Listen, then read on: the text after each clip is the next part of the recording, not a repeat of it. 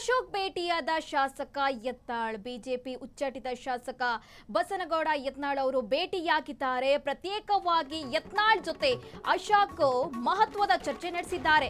ಯಾರಿಗೆ ಮತ ಹಾಕಬೇಕೆಂದು ಯತ್ನಾಳ್ಗೆ ಹೇಳಿದ್ದಾರೆ ಅಶೋಕ್ ಅಂತ ಕೂಡ ಮಾಹಿತಿ ಲಭ್ಯವಾಗ್ತಾ ಇದೆ.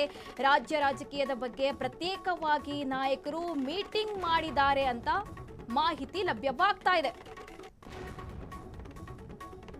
ಆರ್ ಅಶೋಕ್ ಭೇಟಿಯಾಗಿದ್ದಾರೆ ಶಾಸಕ ಯತ್ನಾಳ್ ಅವರು.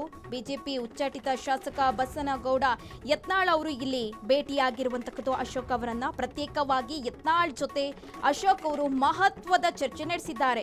ಯಾರಿಗೆ ಮತ ಹಾಕಬೇಕು ಅಂತ ಅಶೋಕ್ ಅವರು ಯತ್ನಾಳ್ ಅವರಿಗೆ ಹೇಳಿದ್ದಾರೆ ಅಂತ ಕೂಡ ಇಲ್ಲಿ ಮಾಹಿತಿ ಲಭ್ಯವಾಗ್ತಾ ಇದೆ. ಹಾಗೆ ರಾಜ್ಯ ರಾಜಕೀಯದಲ್ಲಿ ಏನೆಲ್ಲ ಬೆಳವಣಿಗೆ ಆಗ್ತಾ ಇದೆ ಆ ಬಗ್ಗೆ ಕೂಡ ಪ್ರತ್ಯೇಕವಾಗಿ ನಾಯಕರು ಇಲ್ಲಿ ಮೀಟಿಂಗ್ ನಡೆಸಿದ್ದಾರೆ ಅಂತ ಮಾಹಿತಿ ಲಭ್ಯವಾಗ್ತಾ ಇದೆ.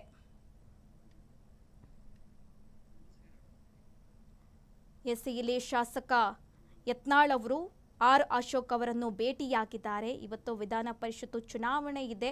ಈ ಹಿನ್ನೆಲೆ ಕೂಡ ಭೇಟಿ ಆಗಿರಬಹುದು. ಪ್ರತ್ಯೇಕವಾಗಿ ಅವರು ಮಹತ್ವದ ಚರ್ಚೆ ನಡೆಸಿದ್ದಾರೆ ಅನ್ನುವ ಮಾಹಿತಿ ಕೂಡ ಲಭ್ಯವಾಗ್ತಾ ಇದೆ.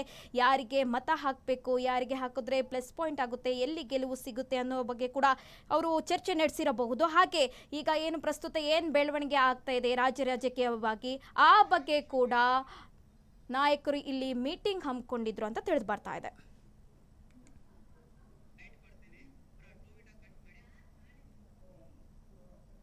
ಈಗಾಗಲೇ ನಮ್ಮ ಎಲ್ಲ ಶಾಸಕರು ಜನಾರ್ದನ್ ರೆಡ್ಡಿ ಅವರು, ಯತ್ನಾಳ್ ಅವರು ಒಟ್ಟು 64 ಮತಗಳು ಈಗಾಗಲೇ ಬಿಜೆಪಿಯ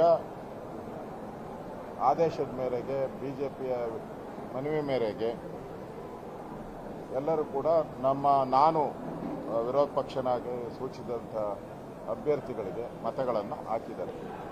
ನಮ್ಮ 2 ಅಭ್ಯರ್ಥಿಗಳು ಗೆಲ್ಲೋ ಅಂಥದ್ರಲ್ಲಿ ಯಾವುದೂ ಸಂದೇಹ ಇಲ್ಲ. ಆರಾಮ್ಸೆ ಅವರು ಗೆಲ್ತಾರೆ. ಅವ್ರಿಗೆ ಎಷ್ಟು ಬೇಕೋ ಸಫಿಷಿಯೆಂಟ್ ವೋಟನ್ನು ಹಾಕಿದ್ದೀರಿ. ಅದ್ರ ಜೊತೆಗೆ ಎಕ್ಸಸ್ ವೋಟು ನಮ್ಮದು ಫಸ್ಟ್ ಪ್ರಿಫರೆನ್ಸ್ ಏನಿತ್ತು, ಮೋಸ್ಟ್ಲಿ 4ರಿಂದ 5 ವೋಟ್ ಏನು ಎಕ್ಸಸ್ ವೋಟ್ ಇತ್ತು, ಆ ವೋಟ್ಗಳನ್ನು JDSಗೆ ಶಿಫ್ಟ್ ಮಾಡಿದ್ದೀರಿ ನಾವು. ಅದು ಆಮೇಲೆ ಸೆಕೆಂಡ್ ಪ್ರಿಫರೆನ್ಸ್ ಏನಿತ್ತು ನಮ್ಮದು 60, ಆ ಸೆಕೆಂಡ್ ಪ್ರಿಫರೆನ್ಸ್ 60 ವೋಟನ್ನು ಕೂಡ ನಾವೆಲ್ಲನೂ ಕೂಡ JDSಗೆ ಹಾಕಿದ್ದೀವಿ. ಅದರಿಂದ JDSನು ಕೂಡ ಗೆಲ್ಲಬೇಕು ಅನ್ನೋದು ನಮ್ಮ ಉದ್ದೇಶ ಇದೆ. ಆ ದೃಷ್ಟಿಯಿಂದ ನಾವು ನಮಗೇನು ವೋಟ್ ಬೇಕೋ ಆ ವೋಟನ್ನು, ಸಫಿಷಿಯೆಂಟ್ ವೋಟನ್ನು ನಾವು ತೊಗೊಂಡಿದ್ದೀವಿ. ಉಳಿದಂಥದ್ದನ್ನು JDSಗೆ ನಾವು ಶಿಫ್ಟ್ ಮಾಡಿದ್ದೀವಿ, NDAಗೆ. ನಾವು ಗೊತ್ತಿಲ್ಲ ನಮಗೇನು, GT ದೇವೇಗೌಡರು ಒಬ್ಬರೇ ಬಂದು ಒಬ್ಬರೇ ವೋಟ್ ಮಾಡಿಬಿಟ್ಟು ಹೋಗಿದ್ದಾರೆ. ಆ ದೃಷ್ಟಿಯಿಂದ ನಾವು ಎಲ್ಲ ಸೆಕೆಂಡ್ ಪ್ರಿಫರೆನ್ಸ್ ವೋಟನ್ನು JDSಗೂ ಹಾಕಿದ್ದೀರಿ ಪೂರ್ತಿಯಾಗಿ. ಮತ್ತೆ ಫಸ್ಟ್ ಪ್ರಿಫರೆನ್ಸ್ ವೋಟು ಸುಮಾರು 4ರಿಂದ 5 ವೋಟು ಅವ್ರಿಗೆ ಹೋಗಿದೆ. ಜೆಡಿಎಸ್ಗೆ ಕೈ ಕೊಟ್ರ ಹಿರಿಯ ಶಾಸಕ GTD ಅಂತ ಪ್ರಶ್ನೆ ಮೂಡ್ತಾ ಇದೆ. ಪರಿಷತ್ ಎಲೆಕ್ಷನ್ ನಲ್ಲಿ ಕ್ರಾಸ್ ವೋಟಿಂಗ್ ಮಾಡಿದ್ರ GTD ಅಂತ ಪ್ರಶ್ನೆ ಮೂಡ್ತಾ ಇದೆ. ನಾನು ನನ್ನ ಆತ್ಮಸಾಕ್ಷಿಯಾಗಿ ಮತ ಹಾಕಿದ್ದೇನೆ, ಅಡ್ಡ ಮತದಾನ ಮಾಡಿದ್ರೆ ಸಾಬೀತು ಮಾಡಲಿ. ವೋಟಿಂಗ್ ಬಳಿಕ ಜೆಡಿಎಸ್ ಶಾಸಕ GT ದೇವೇಗೌಡ ಸವಾಲ್ ಹಾಕಿದ್ದಾರೆ. ಬೆಳಗ್ಗೆಯಿಂದ ಕುಮಾರಸ್ವಾಮಿ ಸಂಪರ್ಕದಲ್ಲಿ ಇಲ್ಲ, ನನ್ನನ್ನು ಯಾರೂ ಸಂಪರ್ಕ ಮಾಡಿಲ್ಲ, ಹುಷಾರಿಲ್ಲದ ಕಾರಣ ಬೇಗ ಮತ ಹಾಕಿ ನಾನು ಬಂದಿದ್ದೇನೆ.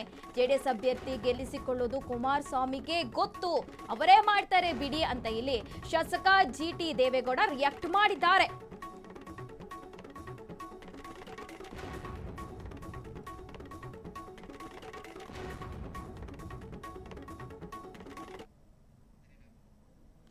ಇಲ್ಲಿ GT ದೇವೇಗೌಡ ಅವರು ಅಡ್ಡ ಮತದಾನ ಮಾಡಿದ್ರ ಅಂತ ಪ್ರಶ್ನೆ ಹುಟ್ಕೊಳ್ತಾ ಇದೆ. ಯಾಕೆಂದ್ರೆ ಅವರು ಒಬ್ಬರೇ ಬಂದು ಕೂಡ ಇಲ್ಲಿ ಮತದಾನ ಮಾಡಿದ್ದಾರೆ. ಅವರು ಮಾತಾಡಬೇಕಾದ್ರೆ ಹೇಳ್ತಾ ಇದ್ರು, ನನಗೆ ಹುಷಾರಿಲ್ಲ, ಹಾಗಾಗಿ ನಾನು ಬೇಗ ಬಂದು ಮತ ಹಾಕಿ ಹೋಗಿದ್ದೇನೆ.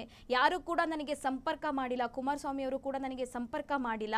ಅವರಿಗೆ ಗೊತ್ತು JDSನ ಹೇಗೆ ಗೆಲ್ಲಿಸ್ಕೊಬೇಕು ಅಂತ ಅವರಿಗೆ ಗೊತ್ತು, ಅದ್ರ ಬಗ್ಗೆ ಅವರೇ ನಿರ್ಧಾರ ಮಾಡ್ತಾರೆ.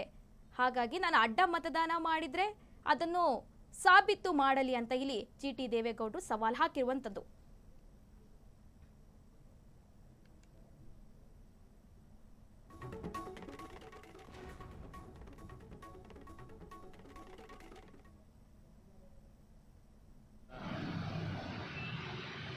ಇಲ್ಲ ವೇದಿಸುವುದು ಆ್ಯಂಟಿಬಯೋಟಿಕ್ ಮಾತ್ರೆ ತಗೊಂಡು ರಾತ್ರಿ ಬಂದು ಮಲಗಿದ್ದು ಬೆಳಿಗ್ಗೆ ಎದ್ದೆ ಓಟ್ ಹಾಕ್ತೆ ಬಂದೆ ಅಂತ ಬೇರೆ ಏನಿದೆ ಅವ್ರು ಯಾರು ಹೇಳಿದ್ದಾರೆ ಅವೆಲ್ಲ ಸಾಬೀತು ಮಾಡಲಿ ಅದು ಅವೆಲ್ಲವೂ ಕೂಡ ನಮ್ಮ ಮತದಾನ ಒಂದು ಅವ್ರ ಆತ್ಮಸಾಕ್ಷಿ ಅನುಗುಣವಾಗಿ ಮಾಡ್ತಕ್ಕಂಥ ಒಂದು ಮತದಾನ ಅದು ಸೀಕ್ರೆಟ್ ಓಟ್ ಹಾಕ್ತಕ್ಕಂಥದ್ದು ನಾವೆಲ್ಲೂ ಕೂಡ ನಮ್ಮ ಆತ್ಮಸಾಕ್ಷಿಗೆ ಅನುಗುಣವಾಗಿ ನಮ್ಮ ಮತ ಹಾಕಿದ್ದೀವಿ ಗೋವಿಂದರಾಜು ಗೆಲ್ತಾರೆ ಕೇಂದ್ರ ಸಚಿವರು. ನಮ್ಮ ಪಕ್ಷದಲ್ಲಿ ಏನಿದೆ ಮಾಡೋಕ್ಕೆ ನಮ್ಮ ಕೈಲಿ ತಾನೇ ಏನಾಗ್ತದೆ. ಸರ್ಕಾರ ಅವ್ರ ಕೈಲಿದೆ. ಮ್ಯಾನ್ ಪವರು, ಮಸಲ್ ಪವರು, ಹಣದ ಪವರು ಎಲ್ಲ ಇಟ್ಕೊಂಡವ್ರೆ. ಅವ್ರ ಮುಂದೆ ನಾವು ಫೈಟ್ ಮಾಡೋಕ್ಕಾಗುತ್ತಾ? ನಾವು ನಮ್ಮ ಪಕ್ಷದ ಮತಗಳು ಚಲಾಪಿಲಿ ಆಗಬಾರ್ದು, ನಮ್ಮ ಪಕ್ಷದ ಮತ ಒಟ್ಟಾಗಿರಬೇಕು ಅನ್ನೋದಕ್ಕೆ ಕ್ಯಾಂಡಿಡೇಟ್ ಹಾಕಿದ್ದೀವಿ. ನಾವೇನು ಗೆದ್ದೇ ಬಿಡಬೇಕು ಏನಾದರೂ ಮಾಡಿ ಕುತಂತ್ರದ ಮುಖಾಂತರ ಅನ್ನೋ ಪ್ರಶ್ನೆ ಇಲ್ಲ.